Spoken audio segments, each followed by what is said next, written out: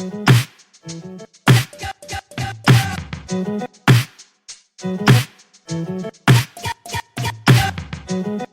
everyone, to Dolls of Our Lives. This is the podcast where we're reliving the American Girl series book by book. I'm Mary, and today we're going to bring you an episode from our Patreon. This is a really great online community, but also means of getting an extra episode from us on a topic that we think lives within the world of the show. In the past few months, for example, we've tackled a Magic Attic book, Allison Goes for the Gold. We read a really great memoir about genealogy called Ancestor Trouble. Selma Blair's autobiography, Mean Baby, the novel The Birch Bark Diaries, which I loved, the musical 1776, a children's book on Watergate, and so much more. So for $3 a month, you can join our Patreon and get an extra episode and also access to our Discord community, which I describe as AIM Buddy List, but better, but updated. I guess I'm just an elder millennial, please don't judge. But if you can get onto the Discord, you'll find a lot of great channels where you can chat with people of similar interests. There's meetup groups, so you can make some IRL friends if that's your jam, who may have similar interests. There's a listener who started a book club. There's a listener who runs a pen pal program and periodically a crafting gift exchange. There's a crafting channel, a queer channel, a pop culture channel, so many different things. Shout out again to the community who was with me on the day when we all lived through the question of whether or not Harry Styles spit on Chris Pine, because that channel really got me through that day. So, I'm just going to offer a moment of silence for them. Thank you. Not in, sadness, but just purely appreciation. I really love this community, and chances are, if you like our show, you'll love it too. So if you want to join, you can go to our website, dollsofourlivespod.com, click on Patreon, and join us there for $3 a month. This is an episode that we did on a biography that was suggested by listeners. On the Discord, you can also suggest topics for these episodes. And we're so glad that we have that, because this is how we found a biography called From Sarah to Sydney, The Woman Behind All of a Kind Family by June Cummins. Now, Allison and I had never read All of a Kind Family, which is sort of embarrassing to admit in retrospect, considering how amazing those books are. And the biography itself was fascinating to see how rich and layered Sydney's life was in terms of her years before creating this book based on her own childhood and the years after.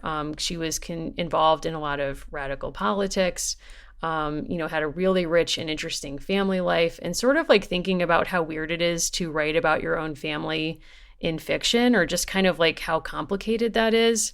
Maybe I'm just thinking too much about this because I just finished Prince Harry's memoir.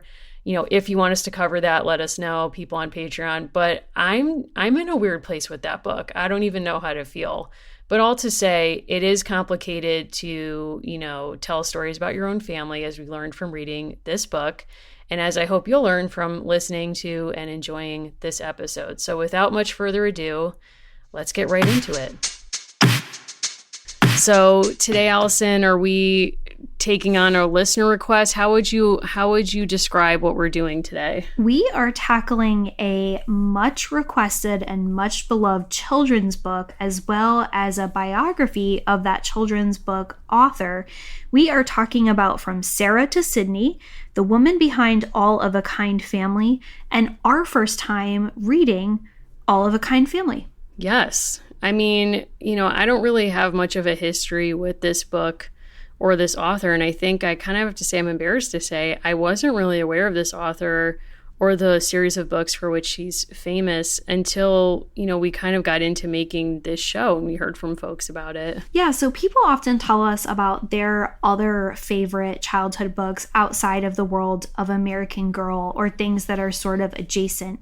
And when we released our episode with Leah about the Molly books and what people in Molly's circumstances would have known about the Holocaust and Jewish culture, we got this huge response that when we got to Rebecca Rubin, we would have to read All of a Kind Family.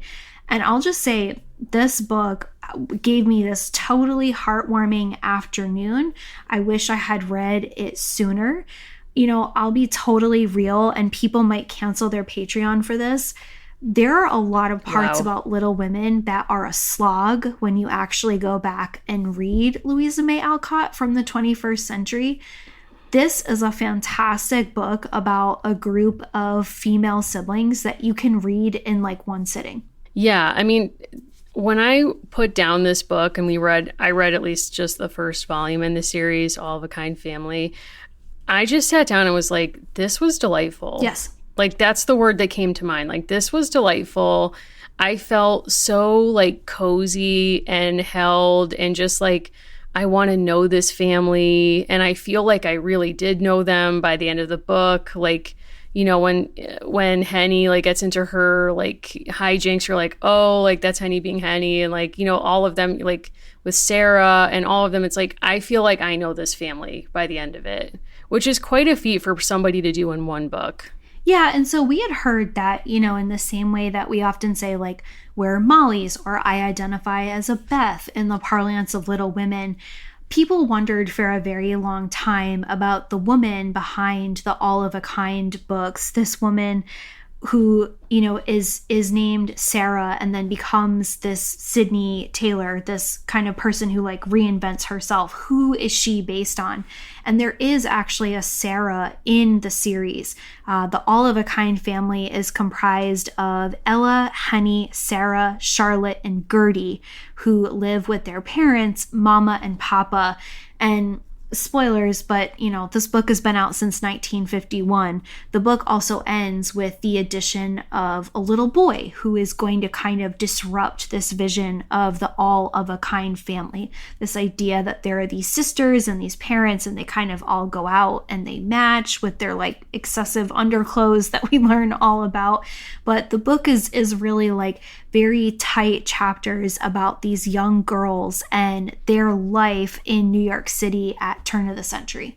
Yeah, and something that I really appreciate about this book is that it's sort of didactic without being dictatorial. Or in other words, like you learn a lot about Jewish holidays and what the rituals are for each of them and their meaning and their origins. But it doesn't feel like you're in the Jewish equivalent of a CCD class where like things are being taught like at you and not to you and like you're being converted. It's just like a very delightful tour or invitation into their family life, which is organized in large part in a sense of time around the Jewish calendar. Yes. And it's just, it feels like you're being welcomed into it as opposed to being lectured in a sense. And it's, you know, it's just very sweet. Like you can really feel how much the family is connected, how much they care for one another. And they all have different roles in the celebrations of these holidays. And like, it's really nice to walk through this, like, I don't know, is this about a year in their life, this first book? And just see like how their practice of their faith is a part of their life, but that's also not, you know, stepping into Sydney Taylor's shoes, which I won't even pretend to do, but sitting down to write a book about Jewish family life in a publishing climate that had not really published anything like this before. I imagine there was a lot of pressure to faithfully represent this period of time as like a historical moment and also like the practice of Jewish family life in this moment and how to not make it like purely a religious book or about, you know, Jewish ritual, but also to incorporate just like fun and everyday family life that a lot of readers who are not Jewish could relate to. And I think she really straddles that line really well because you just have these really funny moments of like kids being kids along with, you know, like things that come up to challenge the family, like illness or economic hardship or other things. Like it's really well done. It is. And just to kind of give people like dates if you're trying to chart this. So Sydney Taylor, who was born Sarah Brenner, lives between 1904 and 1978. And she chooses to write this first book and then later a whole series set in 1912. And the person that is sort of called her avatar or the one that is like most closely mapped onto her own experience is a little girl named Sarah who is born in 1904. So that is like very much based on her experience. The book is really, I would read you the summary, but I don't think it helps at all. All of a Kind Family is like really these tight chapters on like incidents. And we'll talk a little bit about what we learn about the writing of this book after going through from Sarah to Sydney. But they're these kind of like loosely connected moments that are all kind of strung together by like the beauty of this family and the way that this family really connects. One of the only kind of through lines that is helpful to know is the book opens with this highly relatable situation that someone has lost a library book. And this is a crisis because it's going to cost a lot of money. And as someone who always returns books late, I get it. We learn initially only of this librarian as kind of the librarian, but we ultimately learn that she is Kathy Allen, and that this friend who kind of orbits around the family, Harbor, aka Charlie Graham, is actually like her long lost lover, which I love. Like the book actually does culminate in something cool. But by the time you get there, you've experienced all of these seasons with the family and like a set of hijinks. And while that's kind of something that helps to advance the plot, you're just sort of happy to be with these people. Yeah, like when I first started reading the book, I was like, so what's like the central conflict of this book, or like what's the plot? There isn't. And then pretty quickly I was like, okay, there isn't one. And I also don't really care, because I think by that point I had hit the plot line of, or the moment where all the girls get a penny a week as allowance, and two of them collude to buy candy and crackers, and they hide them from their mom so they can eat them in bed. And I was just kind of like, this is iconic. Like, I would do this. And I know that like some people feel strongly that you shouldn't eat in bed, but like I'm not one of those people. And it feels like very luxurious. But also I love when little kids like feel like they're getting away with something, and it probably their mom knows because she makes the beds and like also probably doesn't care. But it's like this weird, like experimental, chaotic moment of independence for them. And it's just like, it was really sweet. Yeah. And I think where I really got sold on what I now know is an iconic scene from this book is I flipped like pretty early into it. And there's these beautiful illustrations in the version that I have of all these little girls. I flipped to a page called Dusting is Fun, and I needed a content warning for that because I really was like not prepared to be sold on that. Dusting was one of my chores in childhood. And what I like about this is we get to see a mother who is like described as resourceful, but we get to see it in action.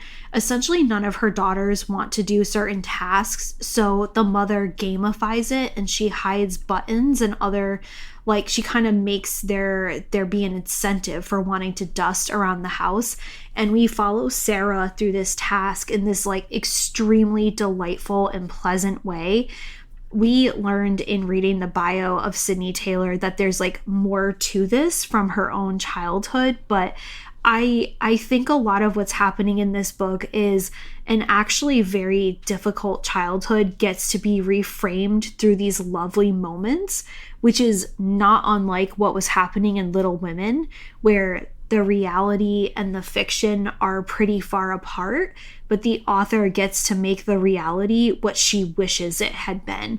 And that's like a really cool chapter of like reframing what was kind of a controlling childhood situation and a lot of sort of angst around dirtiness into a cool game. That was just fun to read. Yeah, I thought that chapter was really instructive, or just really interesting in terms of, like you're saying, the mom being like within the world of the book. It's like, wow, this mom is really clever for gamifying dusting, because I like certain chores. Dusting is not one of them. Like, I love vacuuming. I will vacuum like anybody's house. Like, I find it meditative. I put on my podcast, like it's me in the vacuum, like I'm zoning out. But like dusting for some reason is frustrating to me, because it's like I feel like I never 100% complete the task, or like there's immediately dust back where I've just dusted. So like that's my personal drama. So I admired this mom for like figuring out how to get the girls interested. And in an interesting way, like when the daughters are taking their turn to go in and dust, you see that they do have objects that are delicate, you know? And so you're like, okay, so economically speaking, we know the family is struggling a bit because the dad owns a junk business, and, you know, like they're not like they're like balling on a budget basically, but they do have certain objects that are consumer goods that they just admire and that they love. So it's like it's hard to place how much they make or like where they're at, but they're not by any means like middle class per se, but it's presented like they're aspirational middle class. But at the same time, it's like, okay, so kind of like Louisa May Alcott, she's looking back, like she's writing, this is published in 1951, she's looking back on 1911. Like, who is this book for, and who is this nostalgia for? Like, what work is it doing? Yeah, and we also have what I thought was like a pretty refreshing, without it being sort of like glorifying certain aspects of the poverty. There's so much in this book about sights and smells of the Lower East Side and kind of the world that greets these girls. Part of why they are the all-of-a-kind spectacle is we know because the narrators are telling us that they have to wear like layers and layers of clothing that are kind of like cobbled together by the mother, but they have this presentation that's very important to them, that's very neat. And when they get outside the family, they get outside of the tenement where they are living slightly better than others. We have this like paragraph that I just loved. The East Side was not pretty. There was no grass. Grass couldn't very well grow on slate sidewalks or cobblestone gutters. There were no flowers, no tall trees. Tall gas lampposts were there instead. There was no running brook, but there was the East River. And then we get this whole kind of visual of like the colors and the smells. And I appreciate that we kind of got to like get into that sensory world with them. And she's definitely trying to make a contrast between like their whole world is not nice, but their mother has cultivated something apart from the junk shop, something apart from their community, which is this room of special things that has to be cared for. And that's really a connecting point throughout the whole first part of the book is they lose a library book. The parents don't just bail them out. They have to take care of it. They have to fundraise. They have to earn the candy that they want to be able to buy. Then we have this kind of whole plot that just like pulled me into Cecile and Marie Grace territory of a quarantine and sickness. Thankfully, we get out of it and we get to go to the beach. But we have like very different episodic worlds that we get given. And we never really forget that we're in the Lower East Side. And the author at one point, Taylor, calls it a foreign land in the midst of America. Like we are reminded that it is different. Yeah, and I think that sense of difference is something that the book is trying to navigate, like along with the family that it's portraying, because, you know, as we were saying, like the world of the book is organized around mainly Jewish holidays that are a really big deal in their family life and in their community. And yet you also get like a from nowhere celebration of the 4th of July. Yes. Which is seemingly taken up with the same level of seriousness as the Jewish holidays. So, and it feels from nowhere to me because it comes, I think, after their beach trip. But other than that, it's like we don't really leave the world of the neighborhood too much. And so it is like its own like country within the rest of the city and within the rest of the country. So it is. And also like it's interesting that the library lady and Charlie are like the interlopers in their world. Yes. So it's not like the non-Jewish Americans are the majority. It's like they are trespassing by voluntarily entering into this Jewish community space. And they're the ones who have to figure out how to speak the language culturally and otherwise amongst these families. And it's really nice to see how they're in relationship to one another. But it is also like a stark difference between their worlds, or like you never forget that they're different. Yeah, the 4th of July scene screams, this book was published in 1951. This book screams. Yes. Nobody tried to do research on the fact that Sydney and her husband are socialists. Nobody panicked. This family celebrates 4th of July. They're thrilled about it. They're loving the fireworks, even though they are in this very tight community and they speak a language that some other readers might not recognize. It's like, nobody panic. This family is going to be fully complete by the end because they are going to get a brother. There's going to be this like weird snap at the end about boys don't play with dolls, and like, you know, it is interesting to me because I think like the way I tend to think of like all of is like all American, right? So I think there's like a lot of play here of they are all of a kind, but they also know that there are situations where they have to act as if they are keen on assimilation or as if they just are assimilated to not be a target in a book that came out in 1951.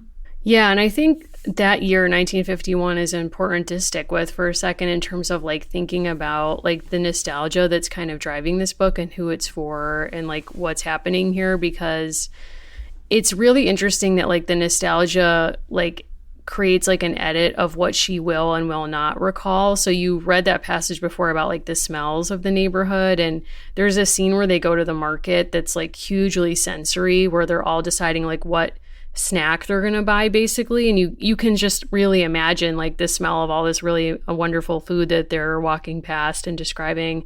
But it's like there was a lot of bad smells too in 1911, and especially if you're living in a neighborhood without like indoor plumbing or, you know, like water that's like being safely like moved in and out of your house. Like there's a lot going on there that like was gritty and not safe, and like situations with like trash removal and everything else.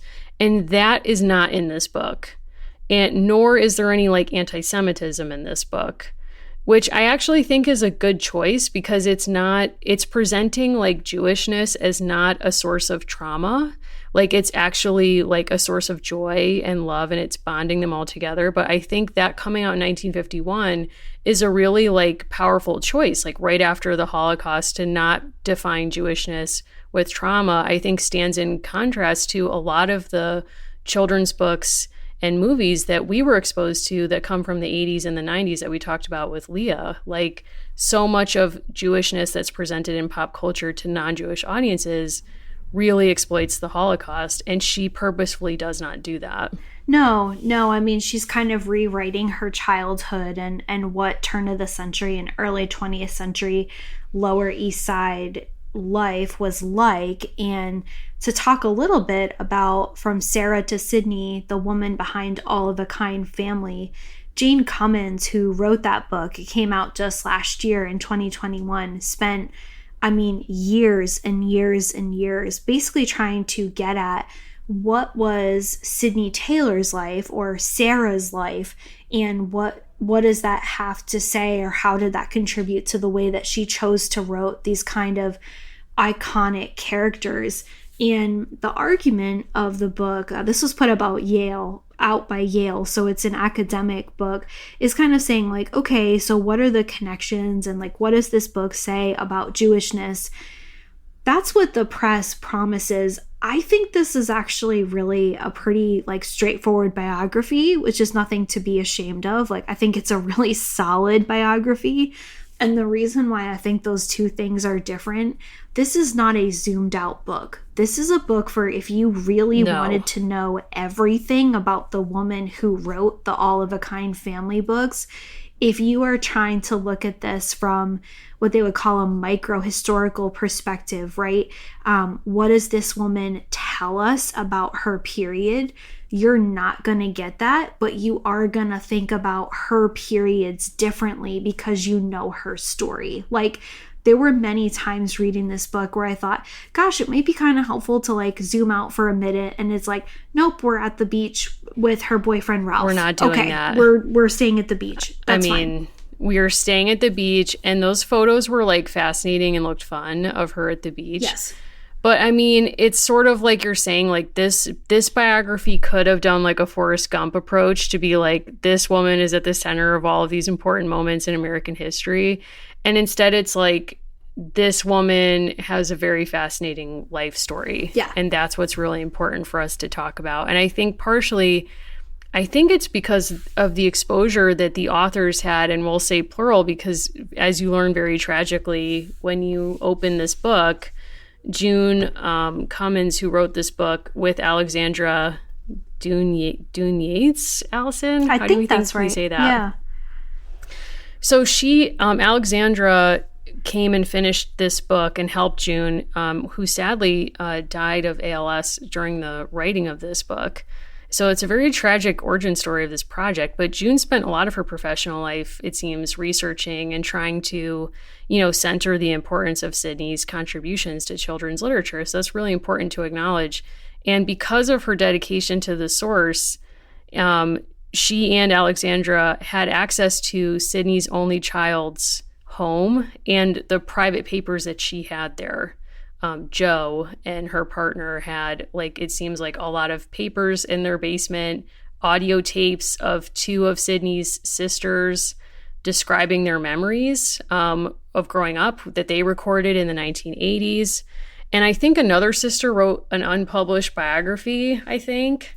And it's there's scrapbooks, there's travel journals, there's drafts of speeches. And these people wrote an insane amount of letters that I think she kept carbon copies of. Mm-hmm. So it's the source space and the archive of this book was incredible. And I think, if you're writing a biography, I think one of the main challenges is figuring out what story are you telling and what, everything feels fascinating, but not everything needs to be in the story. So how do you navigate that? And I think this biography veers more towards, we're just going to include it. We're going to include every detail. And, it makes for a very rich story, but not necessarily one that, as you're saying, is here's how we're going to place Sidney in these important historical moments that, she's representative or not of. Yeah. One of the most helpful things that I think we learned in this book is that Sidney Taylor, or Sarah, however you want to think of her, Sarah being her given name when she was born, she had this tendency to write really rich, thickly textured scenes that didn't always string together. And when she didn't have the best editor, she didn't really have a lot of success getting things published. She also had this fascinating career working at a summer camp where she did a lot of writing and had this incredibly vital and important community around her. That was so helpful to know because it's something that for me was an asset of the book, the strength of the individual scenes and the way that it flowed. But you could see how when it wasn't in the right hands of the right team, her writing would be a little bit harder. I think that, unintentionally, some of that also happens in From Sarah to Sidney. I have this really good sense after reading this book about what it was like for her to be a middle-aged woman teaching at this camp in Port Jervis, New York.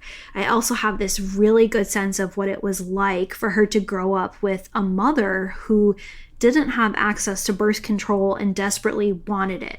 Had this really good sense of what it was like for her when she was courting. And then there are other periods where I think because of source base or balances in the book, I don't think you understand the author quite so well. But I was also pretty content to get lost in the story because I had never heard of this woman. And now I'm really shocked that I hadn't, because I think her life is pretty illuminating.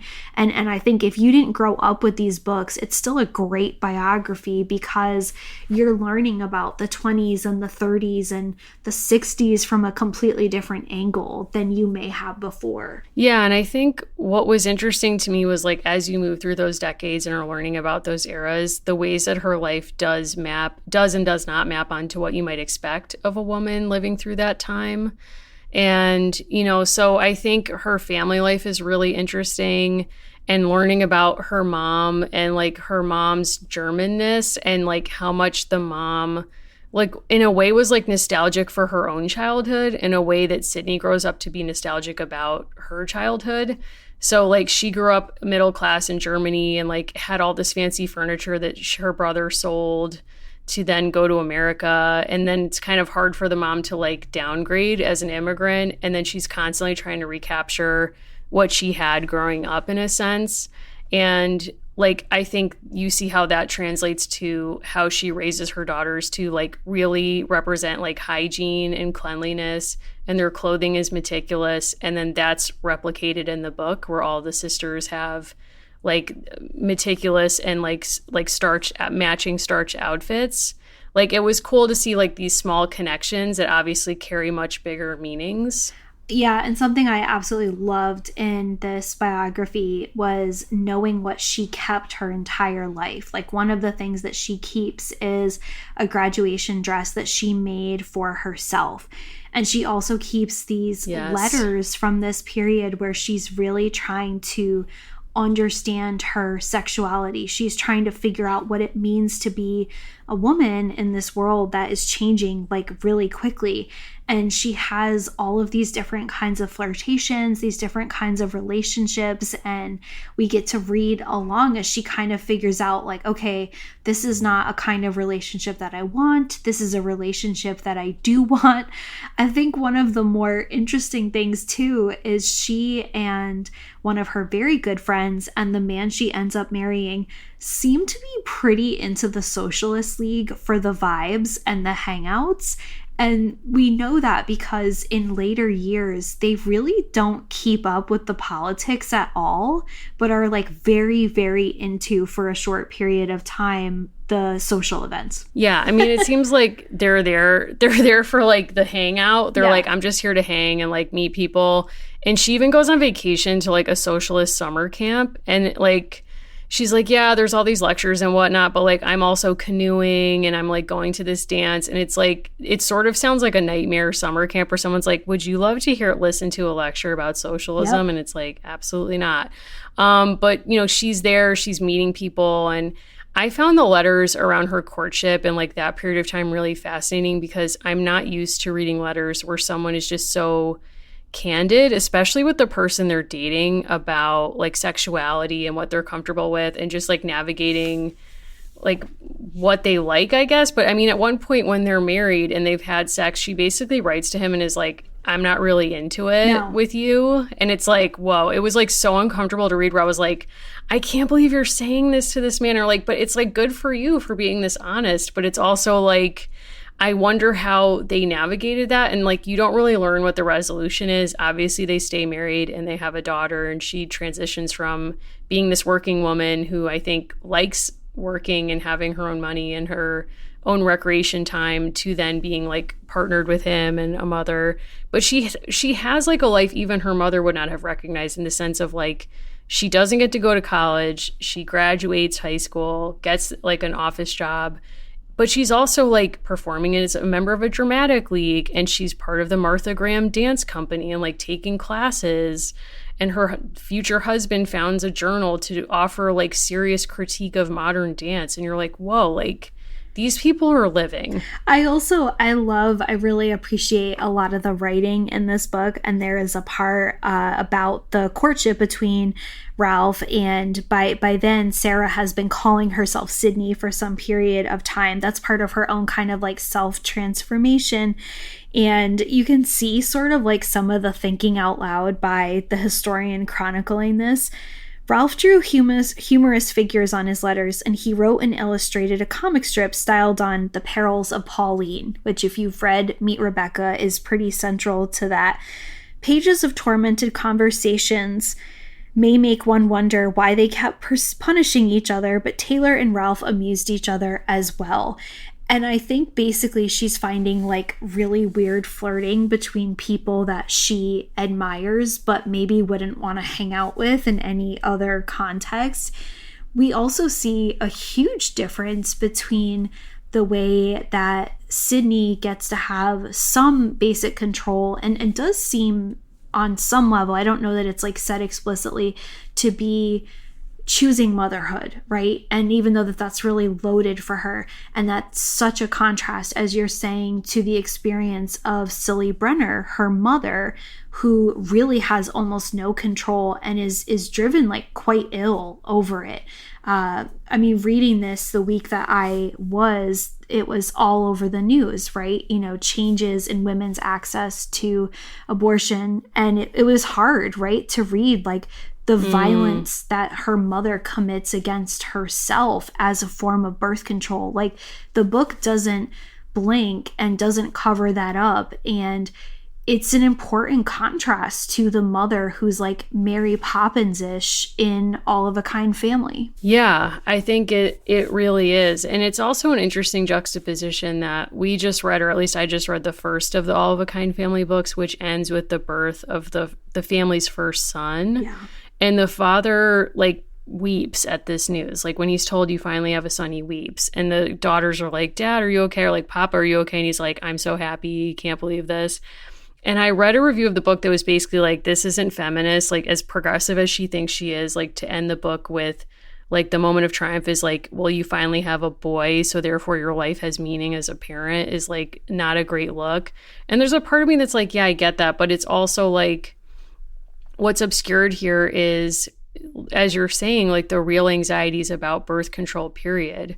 That like not every pregnancy, like when you're in an economically fraught situation, like pregnancy sometimes is like a great source of stress, like no matter how you're feeling about it. And, you know, so I just wonder like how she viewed depicting pregnancy and like just navigating like family life in her own books, as we learn in this bio, like how stressful it was for her own mother. To know that like that was such a huge part of her life, and to know that the way that she chooses to rewrite the addition of a family member, and specifically a boy, as a moment of just pure joy, right, and excitement, I do think there's like a lot to be said for the fact that she's getting to go back to her childhood and write it as she wished it would have been. And honestly, my favorite parts of this book are the conversations about stories she tells people regarding the origins of it. Was it something that was submitted to a contest? Was it done behind her back? Did she really ever have aspirations of being an author? And even though she changes careers so many times, you get this sense, and where this book kind of, the biography, I think kind of really has something to say about her, is this is a girl who grew up in a very dense corner of New York City and could have been just part of another family whose story never got told.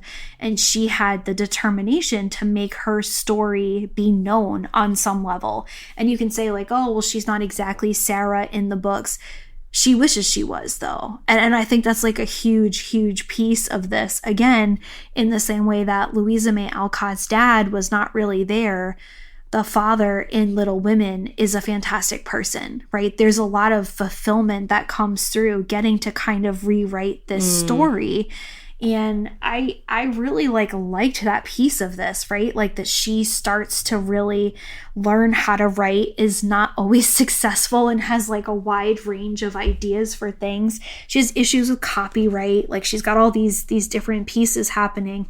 And like, what a gift that this book actually came out, because I wouldn't have known anything beyond the fact that there's a Sydney Taylor Prize if this book hadn't come out. I wouldn't have never known like this fuller story. Yeah, I think something that's interesting about all of this is like, I think the major accomplishment of the biography is simply that it exists, as you say, to make space for Sydney Taylor as a person who made significant contributions that have not been acknowledged.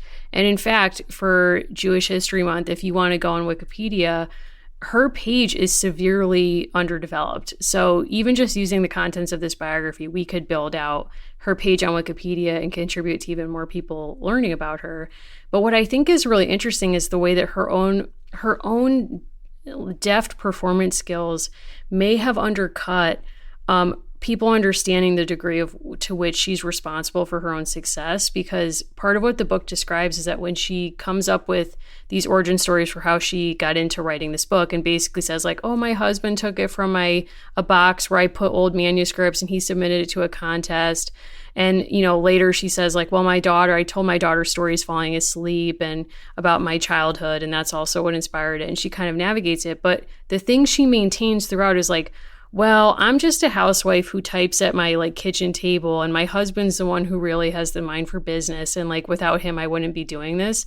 And that is like simply not true. No. Like if you read this book, you're like, this person is as enterprising as Louisa May Alcott or anybody else who has a strong sense of themselves and ambition, and not in a bad way, but like really wants to tell her story and like own her voice, and even like pushing back against this editor from the beginning who wants to secularize her story and, make all these changes. Like, she really owns her story. But what's interesting then, knowing how active she is behind the scenes, is like, okay, thinking about performance, yeah, she's doing a lot of wish fulfillment in her depiction of her childhood, but she calls herself Sarah in the book. But we learn in the book that she, at around 14, makes an important pivot to wanting to be called Sydney. And it's not purely like a Taylor Swift thing where she's like, well, I want a more ambiguous name so that professionally people will take me seriously, like on the page, like if they're not sure if I'm what gender I am. It's also, she says that she enjoys like dressing like a man to like ride on motorcycles, like, and wear a men's cap and all of this stuff. So it's like she's really playing with gender roles and like navigating that, but it's simplified back to like presenting as female in her nostalgic view of her own history, which is kind of interesting. Yeah, the official summary of this book, when it's describing that, describes her as boyish.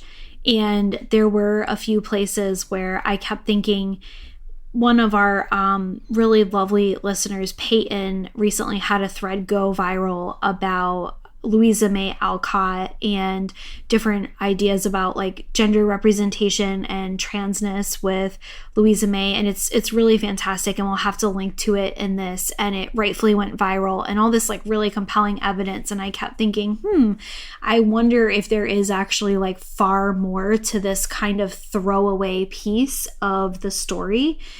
I also wondered if there was some kind of internal purging either later in life or by Ralph and Sydney's daughter about the politics, because there is a part later in this book where we learn that Ralph, who is a very high-ranking person running the Caswell Massey Company, is essentially like anti-union at some point or against the actions of a particular unionization, and doesn't really seem to be acting super pro-labor, nor does Sydney. And so you wonder, like, do they kind of do their own internal purge on their earlier years and how political they were? How much is Sydney like keeping certain parts of her archive about the way that she's experimenting with men and then discarding others? We don't know. I do think it's smart of the people who finish this biography to point out, for better or for worse, June Cummins and her team spent every summer for years with Sydney and Ralph's daughter. And so what that tells you is she had like a very close, like within the family source. We've also learned enough about this family and maybe even just being part of a family ourselves. That doesn't mean you got everything, like you're never going to get everything. Yeah, absolutely. It's kind of like that probably apocryphal story from Harry Truman that's like he came down the stairs and saw Bess like burning a ton of papers in the fireplace, and he was like, Bess, like, what about history? And she says, exactly. And you're like, whoa, crazy. But like people's capacity to self-edit is like, obvious, and we can all probably understand it. Like, think about your own inbox. What have you purged? What are you hoping no one ever finds?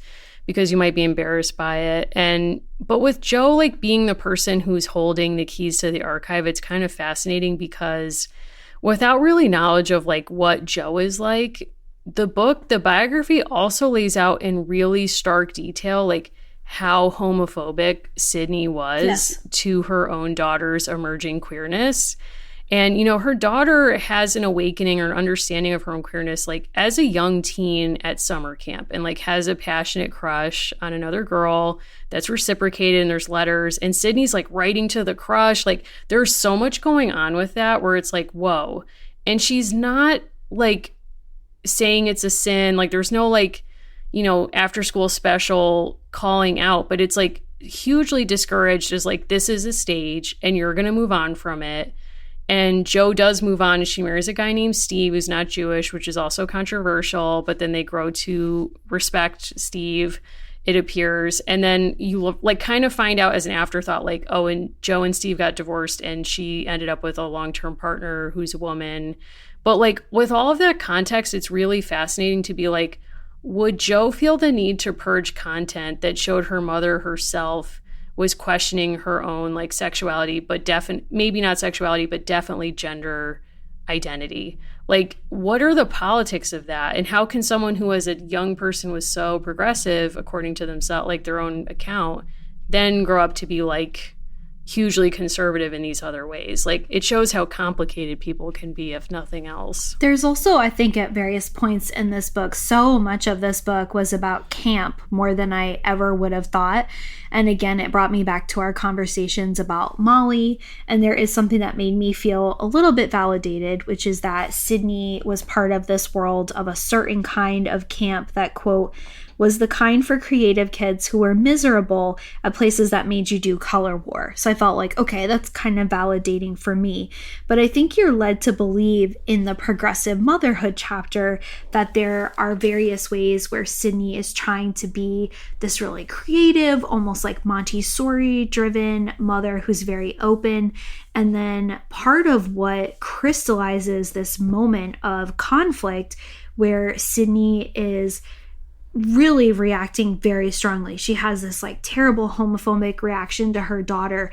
And part of this is also that her daughter has been exposed to a broader world than their home. She's met people who are opening her up to things. She talks about her girlfriend Hannah as someone who like really lights her up creatively, and then they come back and Jo has found a way to lock up her letters. And I think it's one of many moments in their relationship where for her own self-protection, Jo is literally locking up a part of herself from her mother. And then it's sort of like we're in and out of the camp, we're in and out of these like various contexts, but I almost wish, that we had had more voices to say, and this is what my experience at the camp was like, because so many times we're getting everything from these POVs that I don't want to say are untrustworthy, but that are so specific. Like we're getting corroboration from her daughter, or we're getting corroboration from like a letter from her husband. And it really helps sometimes to take that giant step back and say, and here's how we know that this person was really exceptional, or here's how we know that this person was right on the money. Why was Sydney reacting as she was? Obviously, part of that is personal to her. We will never know. Are there rules in this camp world about same-sex relationships that we're not being told about that might help us to better put that in a context? We have no idea, right? Were all of her friends dressing up as, quote, boyish people and hopping on motorcycles? You're not really sure. Like, you get passing references, but it's like only hearing from Jo does not actually flesh this out. Yeah, and I think one of the challenges of the book, or perhaps a weakness, is like when we were getting into this section where they're exploring Jo's sexuality and like Sydney's really strong reaction against it. And as you're saying, like in that part of the book, you're really screaming for like, we need some context here, like SOS. Like, I need to know like the context of Jo as a Jewish girl at a summer camp who's having like some queer experimentation. Like, how singular is this? How, endemic is this? And the footnotes are about some scholarship on the histories of lesbianism that are really dated. Yeah. And the reason I went to check the footnotes was because the author at one point started making these like really broad generalizations about lesbian behavior and like history and development that really like just kind of, I felt myself like being taken out of the book in a sense by like feeling like a very broad generalization about a really complicated topic. And I feel like, to your point, it would have been really interesting to have like oral histories with people who attended that camp, who in around the same era. Like, what was your experience? Like, what was the vibe of this camp? Like, what's a day in a life at this camp? Because even you get the sense that like this was a hugely important place for Sydney. Like, it's where she's trying out her storytelling. She's still like keeping her dance history and her performance history alive. And you get the sense that it's like very empowering for her as a mentor and as a teacher. But I have no idea of like what this camp was like. Like, I just know it was really important to her because we're told that, but we don't really know like what's a day in the life. Like if you're a teacher, if you're a camper, and then like the kind of social world of the camp where Jo is like blossoming in this like very specific way. And Sydney is acting like, she's from outer space in a way. But we're also told that Sydney gave Jo, The Well of Loneliness, which is like this famous early lesbian novel. And it's just like, whoa, like that's kind of interesting. Like, I just feel like there's a lot more there that we're not being told. There are many points in the book where I think if June, had been able to, like, I can't even imagine, right, the persistence and the perseverance that she had to have to finish this project, and obviously how important it was to her. I keep going back to the way that this book was framed for the market, which is that really trying to convince people that this particular author gave people a way to think about Jewish identity and culture. And I just genuinely do not think that is the most interesting aspect of this book. I think the most compelling reason why you should read it is it's a phenomenal American life, and it's a story of a person who, just by the own framing of her most famous book, grew up in a family where part of what made people notice her was that there was like 4 other kids that looked like her, right? The notion of being all of a kind and then becoming a standout for telling that story. That's really cool. I really like that. And I found myself really delighted by just how it didn't feel inevitable that she became this author. She's kind of goofing off for a few years. It's not like she's like the world's best student. She pees her pants during the school pageant, like there's not a straight line from, that is her, right? I think so. I was just thinking, wow, I didn't remember that, but like I'm amazed by that your recall, and I trust you that that's right. There's not this line from, Sarah Brenner making her own graduation dress, which was common for a certain class and training at that time, but to, woman whose name is used to convey the absolute best of Jewish depictions in literature. You don't have this sense, right, that is like completely what defines her as an author. And I don't know if I'm ashamed to admit, but I'll just admit, reading that the New York Times review of this book came from Jennifer Weiner, I don't know that I've ever connected that she had a Jewish background. That's not, I think like we live in a society today where we're fortunate that we have this like wider group of authors, still not nearly as diverse as it could be. I think to some degree this book makes the case that Sydney Taylor was only going to get published if she entered the market with a Jewish family that publishers thought Gentiles would read and that Jewish readers would still respect, and that was a horribly narrow line for her to walk, and she somehow did it in 1951. Like, to me, that's the reason you should read this book.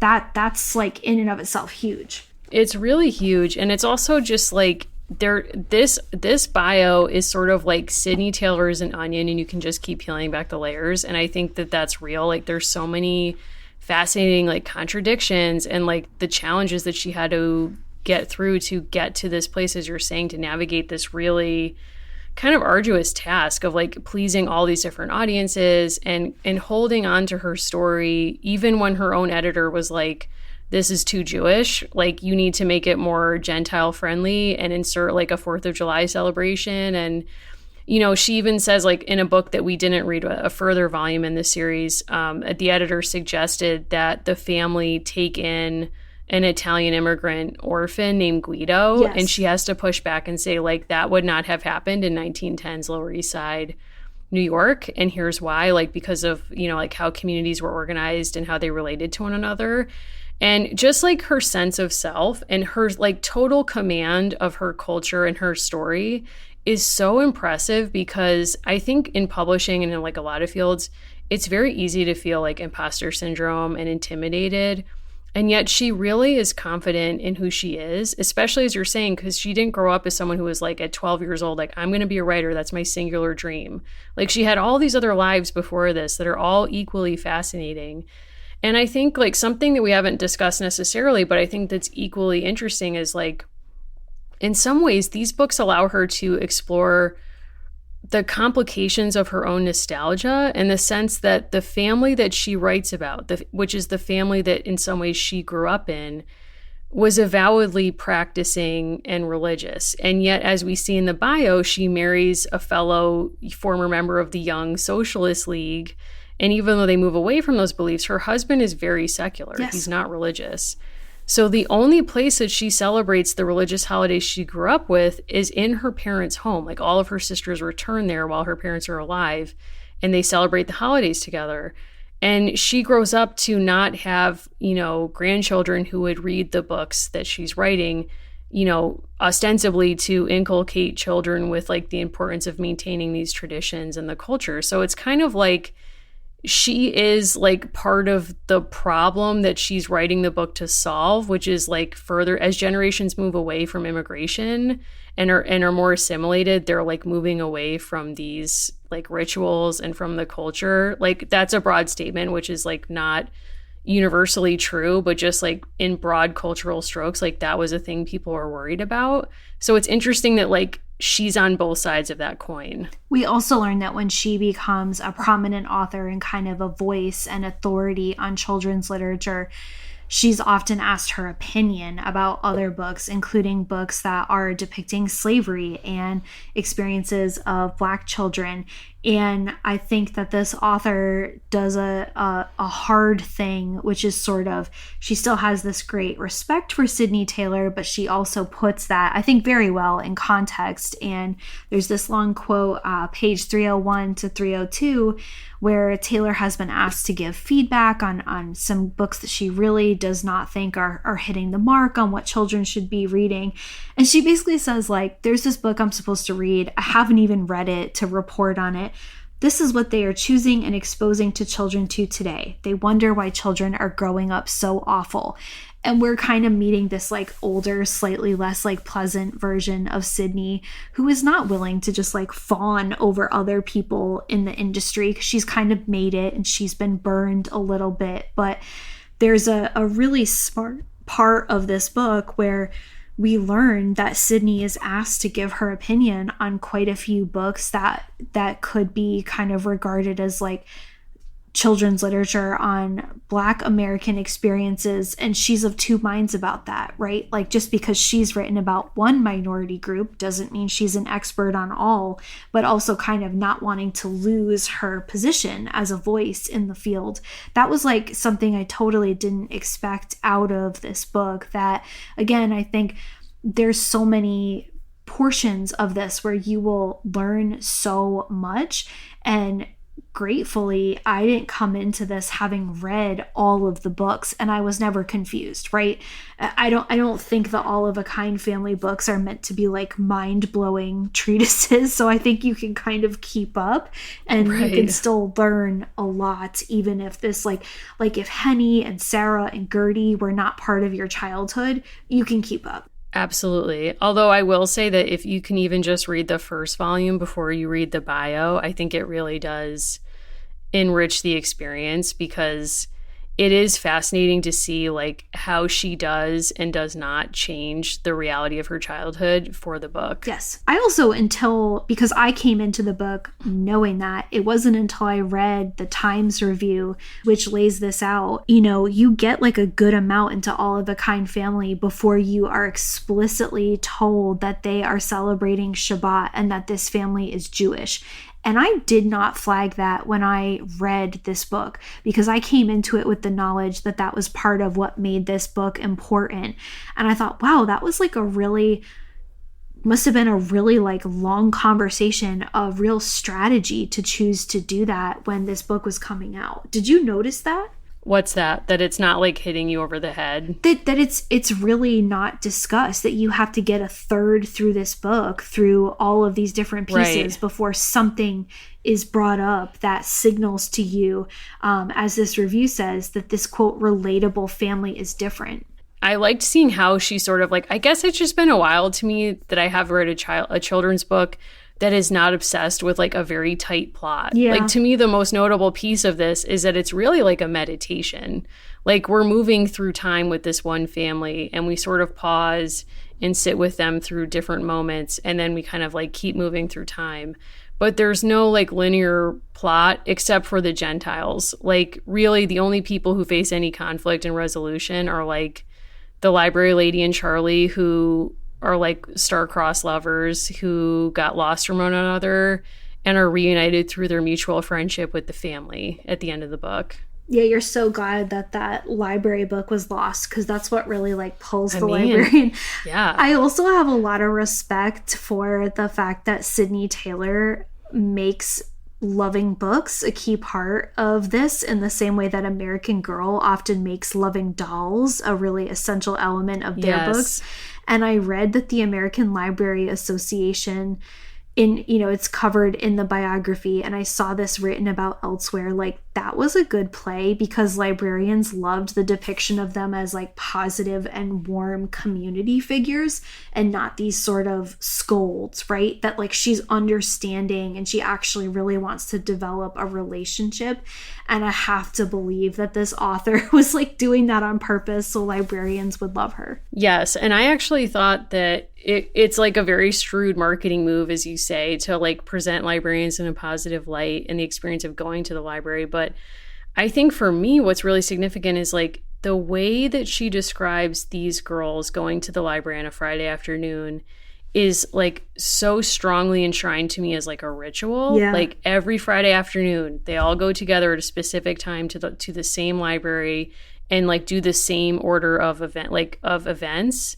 And to me, I was like, that really resonated with me. Like I actually got emotional reading it in a sense, because in my own life, I was raised in a religion that was like in a similar way to this family, like organized our sense of time and family. And I don't practice that like in the same way that Sydney becomes culturally Jewish. Like I would say I'm culturally Catholic at this point, but I feel that way about going to the library too. Like it's a ritual for me, and I find great meaning in that.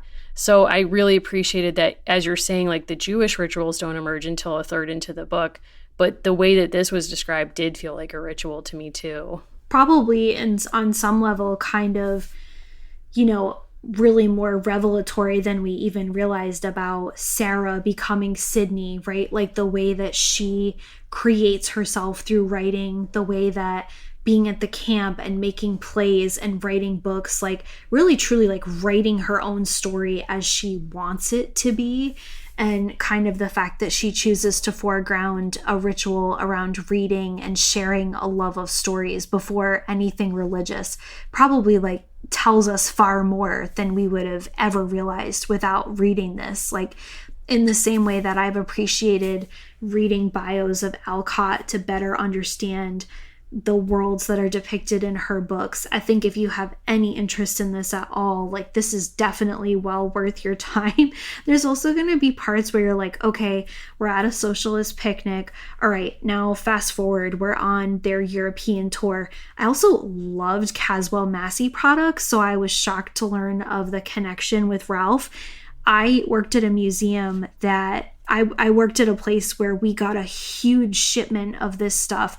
I now know the year that Caswell Massey formally closed, Ralph's Biz for many years. I didn't know like any of that was looped together, but I love a Caswell Massey soap. So thank you, Ralph Taylor. Wow. See, I didn't have time to look up the store before this, so I was genuinely curious if that still existed. I think you can still get it some places, but like the actual Caswell Massey that her husband was running, and that frankly bankrolled a lot of their life for many years, and Joe's life, the fact that he had this kind of stability, which she found boring at times, fair enough. I love those products. And I remember us getting them at the little museum I worked at. It was this huge influx of Caswell Massey, and really had no idea like the full extent to which it was connected to this whole world. So that was kind of a neat thing. Again, like when you write this kind of micro-historical or biographical work, you can say like, oh, there's a world in the grain of sand, or this grain of sand makes me think about the world differently. I haven't used that part of my brain thinking about biography like that in a while. So I was really grateful to this book that it forced me to kind of think that way. It is more academic than what we typically do for this show, but not everything can be Watergate for kids. Not everything can. Although we might wish it was at times. Yes. I mean, we haven't gone on that journey yet together. So I don't know if I will be taken out by that, but I hope I survive it. Yeah. Oh, yeah. I mean, I'm going to be like doing that episode via flashlight. I'm going to be starting to store everything Oh my God. in like boxes. I think, okay, spoiler, I'm going to come out as pretty pro Nixon, so just be prepared for that. Why? The EPA. Do you like the EPA? Do you like the Clean Water, Clean Air Act? Do you like any of those things? I do. I mean, like, those are just preferences that I have, but I'm going to be coming out pro Nixon because you know what? When you need information and you need, you know, like counter intel, you need what you need. Okay. Sorry. Well, this will be a really interesting episode. Sorry, Edward Snowden. I mean, I did just buy that new History of Watergate that just came out, and I'm not sure if, like, you know, every, like, History of Watergate, like, they go on and on because they can, so it's, like, 900 pages, so we'll see what happens with that, but, you know, I'm excited to go on this journey with you. Like, Watergate always brings out something crazy in both of us, and, you know, I'm excited for us to, like, lean into that passion. Like, why not? Like, it's summertime. And sometimes when some other people want to, like, chill out in the summer, they, like, go to the beach and stuff like that. And, like, that's not the energy that we will be bringing to this situation. No, not for this Pride Month. For this Pride Month, we're going into the archives for something inexplicable.